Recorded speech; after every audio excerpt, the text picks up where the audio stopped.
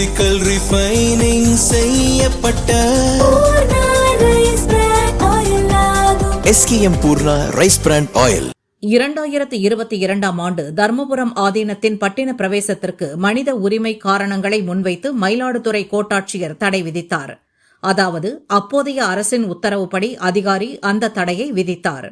இந்த உத்தரவு திமுக அரசுக்கு எதிராக அப்போது பெரும் சர்ச்சையை ஏற்படுத்தியது. திராவிடர் கழகம் மற்றும் சில அமைப்புகள் மனிதனை மனிதன் பல்லக்கில் தூக்கி சுமப்பது மனித உரிமை மீறல் என எதிர்ப்பு தெரிவித்ததால் தடை விதிக்கப்பட்டதாக காரணம் கூறப்பட்டது. தீக்க என்ற இயக்கத்தால் மாநிலம் முழுவதும் மொத்தத்தில் 1000 பேரை கூட கூட்ட முடியாது. அப்படிப்பட்ட அமைப்புக்கு பயந்து பட்டின பிரவேசத்தை தடுத்தது திமுக அரசு. கடும் எதிர்ப்பு எழுந்ததும் தடையை விலக்கி பட்டின பிரவேசம் நடத்த அனுமதித்தது திமுக அரசு. இதற்கிடையே சர்ச்சை ஏற்பட்டதும் ஹைகோர்ட்டுக்கு இந்த பிரச்சினை சென்றது.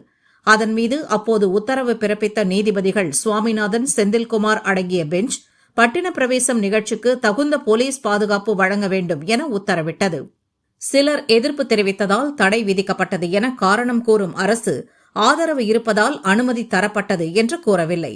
திமுகவுக்கு பெரும்பாலான மக்கள் ஆதரவு முக்கியமா, மக்கள் ஆதரவே இல்லாத திராவிடர் கழகத்தின் ஆதரவு முக்கியமா என்று தெரியாமல் அவர்கள் என்ன சொன்னாலும் அதற்கு ஏற்ப ஆடியது. ஆனால் இந்த ஆண்டு என்ன நடந்தது? தர்மபுர ஆதீனத்தின் பட்டின பிரவேசம் வெற்றிகரமாக நடந்து முடிந்திருக்கிறது. இன்னும் சொல்லப்போனால் அந்த பகுதி மக்களைத் தவிர வேறு யாருக்கும் நடந்ததும் தெரியவில்லை, முடிந்ததும் தெரியவில்லை. செய்யப்பட வேண்டிய அனைத்து சடங்குகளும் சரியாக செய்யப்பட்டுள்ளன.